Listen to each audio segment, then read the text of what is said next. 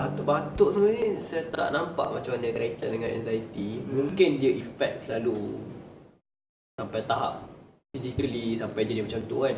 Tapi saya tak boleh cakap lah sebabnya dia perlukan assessment daripada pakar. Dia bukannya boleh cerita Facebook live macam ni.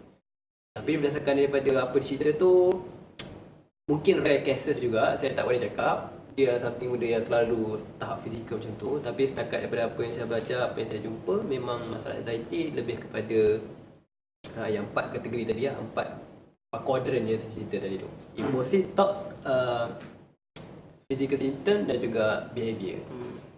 Mungkin dia punya batuk muntah tu bawah kategori behavior. Okay.